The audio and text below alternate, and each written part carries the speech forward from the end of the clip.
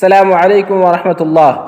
الحمد للہ رب العالمین والصلاة والسلام على من لا نبی بعد اما بعد۔ قال اللہ تعالی اعوذ باللہ من الشیطان الرجیم بسم اللہ الرحمن الرحیم۔ ان التجار یبعثون یوم القیامہ فجارا الا من اتقى اللہ وبر وصدق۔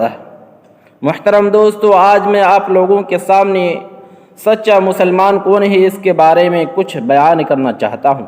آپ لوگوں سے گزارش ہوگی کہ میرے ویڈیو شروع سے لاسٹ تک دیکھیں تاکہ آپ کو یہ سمجھ میں آئے کہ سچا مسلمان کون ہے۔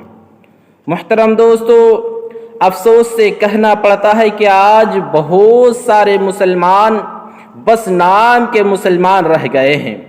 سچے مسلمان جو صحیح معنوں میں صدق دل کے ساتھ اللہ تعالیٰ کی فرما برداری کرتے ہوں وہ بہت کم ہیں۔ سچا مسلمان کون ہوتا ہے؟ لیجئے ایک حدیث آپ کے سامنے رکھ دوں۔ حضرت طلحہ بن عبید اللہ رضی اللہ عنہ بیان کرتے ہیں کہ اہل نجد میں سے ایک آدمی رسول اللہ صلی اللہ علیہ وسلم کے خدمت میں حاضر ہوا جس کے سر کے بال بکھرے ہوئے تھے۔ اس کی آواز کی گونج تو سنائی دے رہی تھی، تاہم اس کی آواز کو اس کی بات سمجھ نہ آتی تھی۔ یہاں تک کہ وہ قریب آ گیا، اس نے رسول اللہ صلی اللہ علیہ وسلم سے اسلام کے متعلق سوال کیا تو آپ صلی اللہ علیہ وسلم نے فرمایا، دن اور رات میں 5 نمازیں۔ اس نے کہا کہ 5 نماز کے علاوہ اور کوئی نماز بھی فرض ہے؟ آپ صلی اللہ علیہ وسلم نے فرمایا، نہیں، سوائے اس کے کہ تم نفل نماز ادا کرو۔ آپ صلی اللہ علیہ وسلم نے فرمایا، اور رمضان کے روزے؟ اس نے کہا کہ ان کے علاوہ کوئی اور روزے ہیں مجھ پر فرض ہیں؟ آپ صلی اللہ علیہ وسلم نے فرمایا، نہیں، سوائے ان کے کہ تم نفلی روزے رکھو۔ پھر آپ صلی اللہ علیہ وسلم نے اس کو زکوٰۃ کے بارے میں بتایا۔ اس نے کہا کہ اس کے علاوہ بھی کسی چیز کو خرچ کرنا بھی فرض ہے؟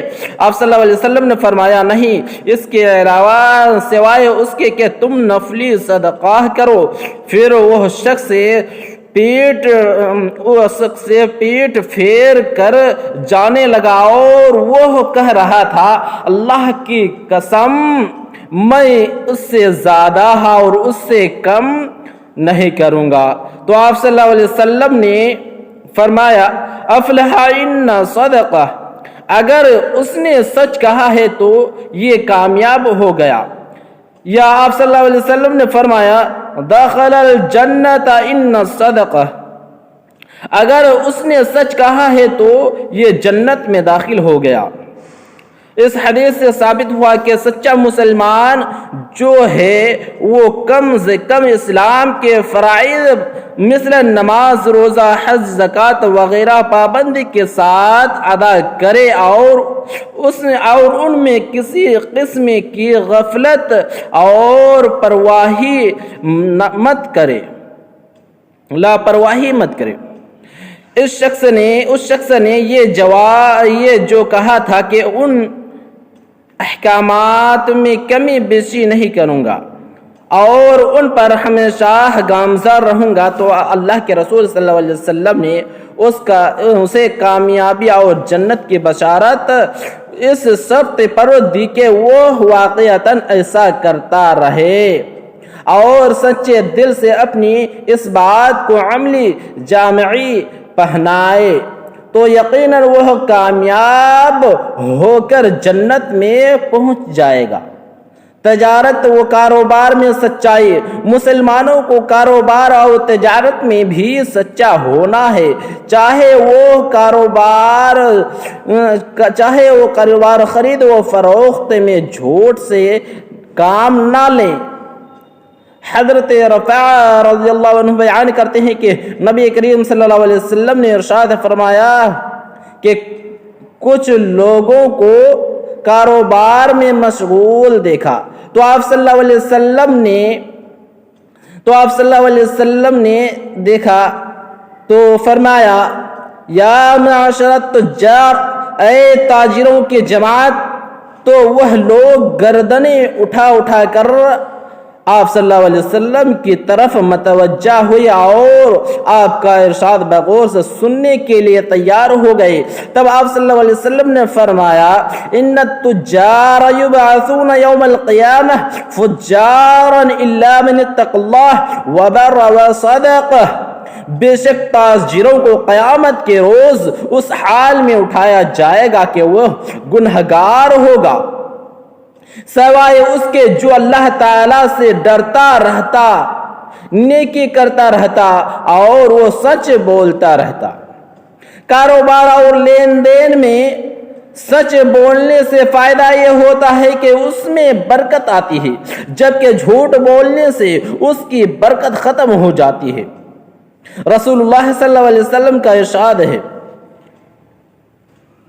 خرید و فروخت اور بیچنے والے کو جدا ہونے تک اختیار ہے کہ وہ چاہے تو سودا طے کر لیں اور اگر چاہے تو وہ اسے منسوخ کر دیں۔ اگر وہ دونوں سچ بولیں اور ہر چیز کو کھول کھول کر بیان کر دیں تو ان کے سودے میں برکت آئے گی، اور اگر وہ جھوٹ بولے اور کسی بات کو ظاہر نہ کرے تو ایسا شخص سے سودے میں برکت ختم ہو جاتی ہے۔ ایسے شخص کو سودے میں برکت ختم ہو جاتی ہے۔ جھوٹی قسم اٹھا کر اپنی چیز کو خرید و فروخت کرنا بہت بڑا گناہ ہے۔ نبی کریم صلی اللہ علیہ وسلم نے 3 افراد سے اللہ تعالیٰ قیامت کے روز نہ بات کرے گا، نہ ان کی طرف دیکھے گا اور